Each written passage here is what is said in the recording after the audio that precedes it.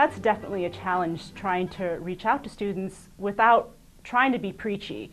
And I'm very clear in my GUR class, my Intro to Environmental Studies class, that I am an environmentalist and I do try to advocate for better environmental decisions, but at the same time, I'm not there to tell them what they can and they can't do. I really just want to inform them of environmental issues and how their personal decisions can help them live more lightly on the land if that's what they choose to do.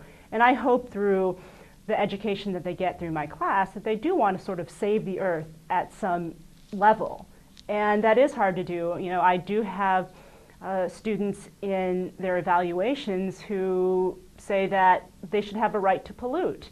And it's hard to read evaluations like that, but I do appreciate their point of view. And again, I'm hoping maybe just some of the things that they take home from my lectures might make them a little bit more aware, if not for the environment, especially for their own bodies and their own health and safety. So I try to take it in that perspective. It's a little bit easier at the upper division level because most of my audience is Huxley students. And because they're Huxley students, they already come in with an awareness and almost an activism for wanting to be sustainable and wanting to make good environmental decisions. And in that case, I try not to preach to the choir, but that's when I use the technologies and the techniques and the pedagogies to really introduce them to other sides. And just yesterday in my course, we were talking about the bison controversy in Yellowstone National Park, and I encouraged the students to look at this from the rancher's perspective.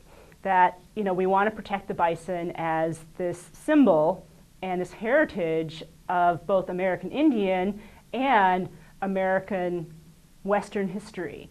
Yet many ranchers support being able to shoot bison as livestock rather than treating them as wildlife.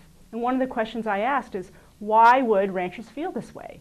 And I don't think students really think about why ranchers might have a different perspective than environmentalists. So really for the upper division students, I encourage them to look at different points of view, even though I know they might agree with me on several different levels. So I think that's where my experience in the field and my experience in research really informs the students